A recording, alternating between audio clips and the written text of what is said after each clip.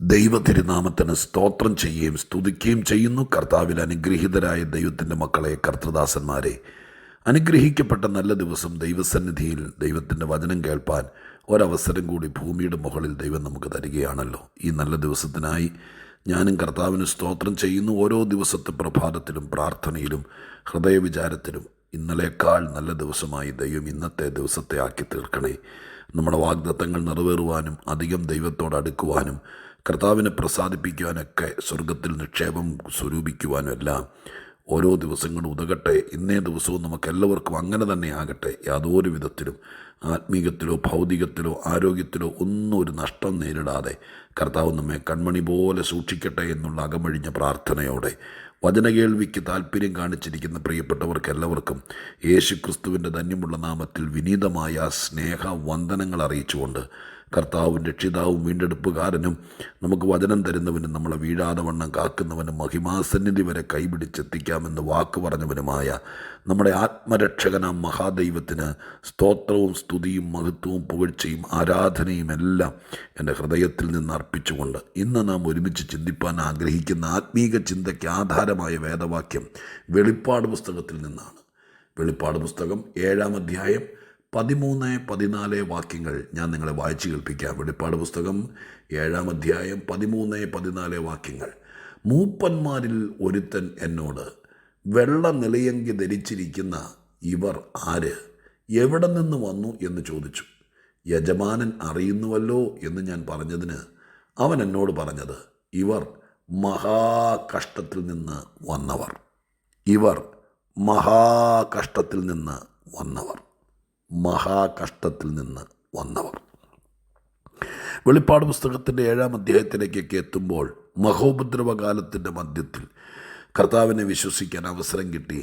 അങ്ങനെ നിത്യതയിലേക്ക് കുഞ്ഞാടൻ്റെ രക്തത്താൽ അങ്കി കഴുകി വെളുപ്പിച്ചവരായി അങ്ങനൊരു കൂട്ടർ സ്വർഗത്തിൽ ഏതൊക്കെ കാലഘട്ടത്തിൽ വീണ്ടെടുക്കപ്പെട്ടവരും നിത്യതയ്ക്ക് അവകാശികളുമായവർ ഉണ്ടാകുമെന്നുള്ള കാര്യം ഒരു പഠന വിഷയമാണ്.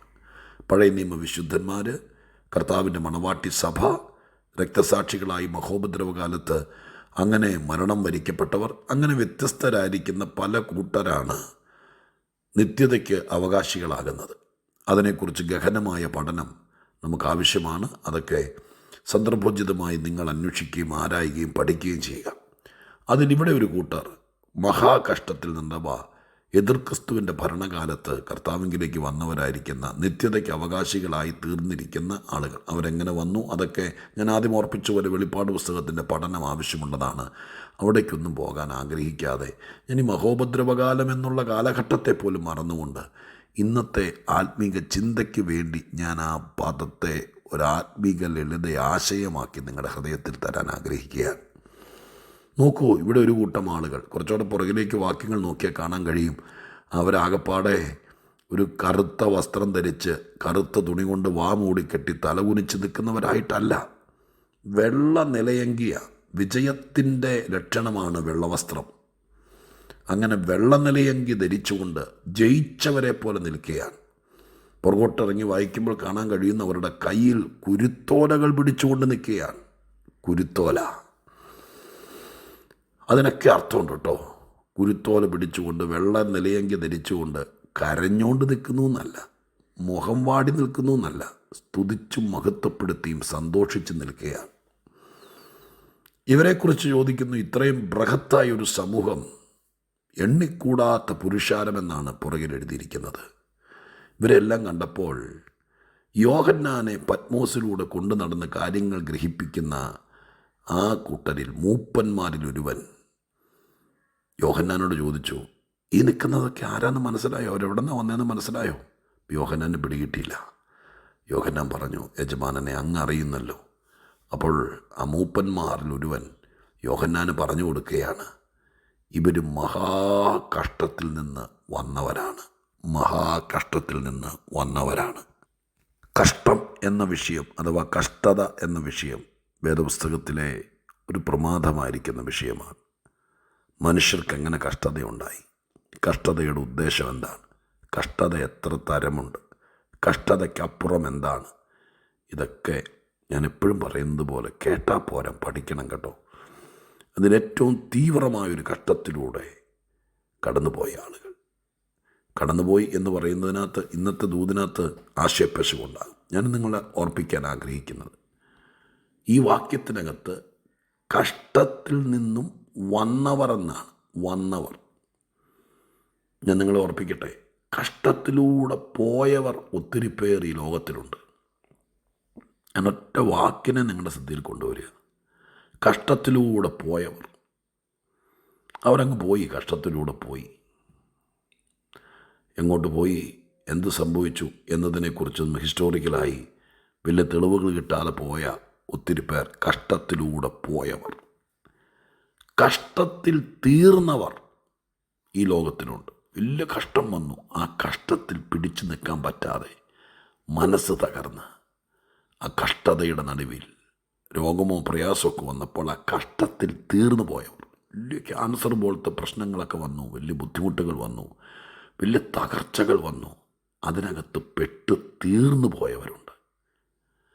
എന്നാൽ ഈ കൂട്ടരെക്കുറിച്ച് ബൈബിൾ വളരെ വ്യക്തമായിട്ട് എഴുതിയിരിക്കുന്ന സുന്ദരവും സുതാര്യവുമായിരിക്കുന്ന വാക്ക്, ഇവർ കഷ്ടത്തിലൂടെ പോയവർ എന്നല്ല, കഷ്ടത്തിലൂടെ കടന്നവർ എന്നല്ല, കഷ്ടത്തിൽ തീർന്നവർ എന്നല്ല, മഹാകഷ്ടത്തിൽ നിന്ന് വന്നവർ.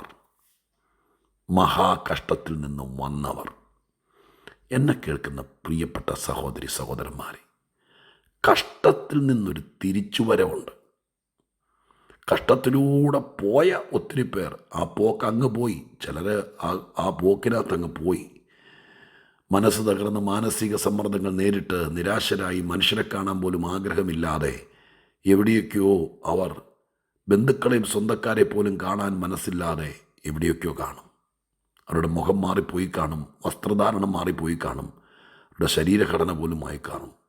മരിച്ചിട്ടൊന്നും കാണില്ല. കഷ്ടത്തിലൂടെ പോയവർ, കഷ്ടത്തിൽ വെച്ച് തീർന്നവർ, ഇനി ജീവിക്കണമെന്നും പറഞ്ഞ് തന്നെത്താൻ ഇല്ലാതാക്കിയവർ, ആ കഷ്ടം ഒതുക്കിക്കളഞ്ഞ് കൊന്നുകളഞ്ഞവർ, ആ കഷ്ടത്തിൽ വെച്ച് അവസാനിച്ചവർ, അങ്ങനെയുള്ളവരും കാണും. എന്നാൽ ഈ മൂപ്പൻ പറയുകയാണ്, ഇവർ കഷ്ടത്തിലൂടെ പോയവരുമല്ല, കഷ്ടത്തിൽ തീർന്നവരുമല്ല. ഇവർ കഷ്ടത്തിലായിരുന്നു, ഭയങ്കര കഷ്ടത്തിലായിരുന്നു. പക്ഷേ ആ കഷ്ടത്തിൽ നിന്നും വന്നവരാണ്. എവിടേക്കാണ് വന്നേ? കഷ്ടത്തിൽ നിന്ന് എങ്ങോട്ടാണ് വന്നേ? കുഞ്ഞാടാം കർത്താവിൻ്റെ അടുക്കലേക്ക്, അവനോട് കൂടെ നടക്കാൻ. എന്നെ കേൾക്കുന്ന പ്രിയപ്പെട്ട സഹോദരി സഹോദരന്മാരെ, ഞാൻ നിങ്ങളെ ദൈവസ്നേഹത്തിന് ഈ വാക്യം വെച്ച് ഇന്ന് രാവിലെ ഈ സെപ്റ്റംബർ മാസത്തിലെ ആദ്യ ദിവസങ്ങളിൽ ആത്മപ്രേരിതനായി പ്രബോധിപ്പിക്കട്ടെ. ഒത്തിരി കഷ്ടങ്ങൾ, മനസ്സറിയാത്ത കാര്യങ്ങളിലൂടെ കടന്നുപോയ കഷ്ടത്തിൻ്റെ തീവ്രതകൾ, അതിനകത്ത് ആകെ നമുക്ക് ചവിട്ടി നിൽക്കാൻ പോലും പറ്റാതെ നമ്മുടെ വ്യക്തിത്വത്തെയും യൗവനത്തെയും മാനസിക സ്ഥിതിയെയും എല്ലാം ഞെരിച്ച് പൊടിച്ച് തകർത്തോണ്ടിരുന്ന വലിയ കഷ്ടം.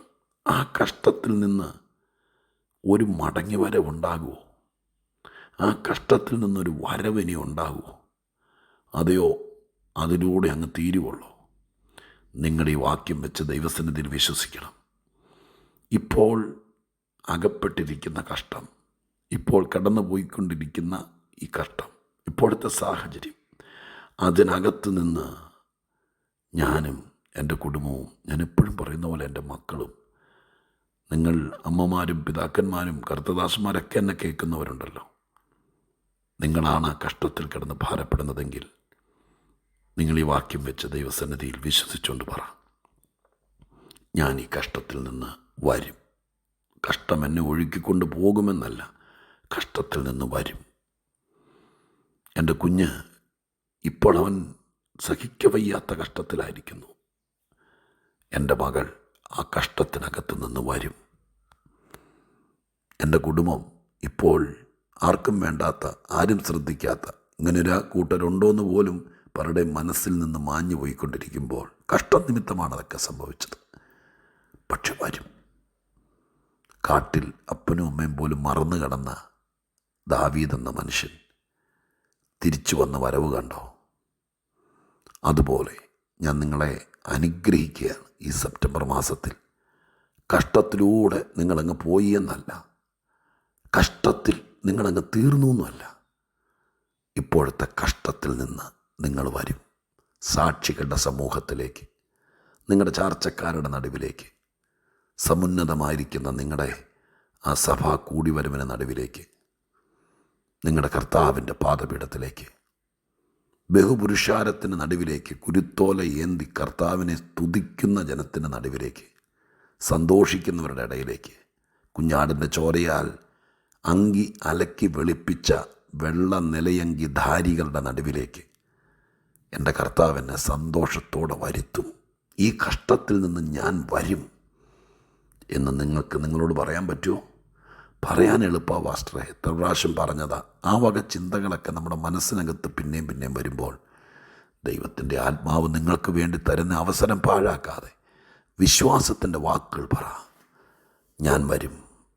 നിന്ന് സഹിച്ച, കഷ്ടം സഹിച്ച, ചെയ്യാത്ത കുറ്റത്തിൻ്റെ ഭാരം മുഴുവൻ പേറിയ, ആരൊക്കെയോ ചുമലിൽ വെച്ച് തന്ന കുരിശേന്തിയ ഞാൻ ജീവിതത്തിലേക്ക്, സന്തോഷത്തിലേക്ക്, ഞാൻ തീർന്നെന്ന് പറഞ്ഞവരുടെ നടുവിലേക്ക് എൻ്റെ കർത്താവിൻ്റെ കൂടെ വെള്ള നിലയങ്കി ധരിച്ച് കുരുത്തോലയും കൈ പിടിച്ചുകൊണ്ട് വരും. ഈ ആയുസ്സിൽ തന്നെ ഇത് നടക്കട്ടെ. ഈ മാസം തന്നെ ഇത് സംഭവിക്കട്ടെ. കഷ്ടത്തിൽ നിന്ന് പോരാ, മഹാകഷ്ടത്തിൽ നിന്ന് വന്നവർ ആ ഗണത്തിൽ ദൈവം നിങ്ങളെയും കാണട്ടെ. പ്രാർത്ഥിക്കാം. പരിശുദ്ധ ദൈവമേ, ഞങ്ങളുടെ സ്വർഗീയ പിതാവേ, വേദപുസ്തക ചരിത്രത്തിൽ അടങ്ങിയിരിക്കുന്ന എത്രയോ എത്രയോ വ്യത്യസ്തരായ കൂട്ടർ, മറ്റ് ആർക്കുമില്ലാത്ത ശോധനയിലൂടെ കടന്നുപോയ ഒരു കൂട്ടരെ ഞങ്ങൾ 7-ാം അധ്യായം വെളിപ്പാട് പുസ്തകത്തിൽ കണ്ടു. പലരും വിചാരിച്ചു ഈ കഷ്ടത്തിലൂടെ പോയത് നിമിത്തം ഇനി അവരുണ്ടാകില്ലെന്ന്. പക്ഷെ അവർ വന്നു, കയ്യിൽ കുരുത്തോലയുമായി. അതുപോലത്തെ ഒരു മടങ്ങിവരവ് ജീവിതത്തിലേക്ക്, ആ പഴയ സന്തോഷത്തിലേക്ക്, ഉല്ലാസത്തിലേക്ക് ദൈവം വരുത്തണമേ. തിരുമുമ്പിൽ ഏൽപ്പിക്കുന്നു. തിരുമഹത്വത്തിന് നന്ദി പറയുന്നു. ഇത് കേൾക്കിട്ട് വിശ്വസിച്ച് പ്രാർത്ഥിക്കുന്നവർക്ക് ഒത്തിരി നന്മയുണ്ടാകണമേ. യേശുക്രിസ്തുവിൻ്റെ നാമത്തിൽ പ്രാർത്ഥിക്കുന്നു. കേൾക്കണമേ പിതാവേ. ആമേൻ.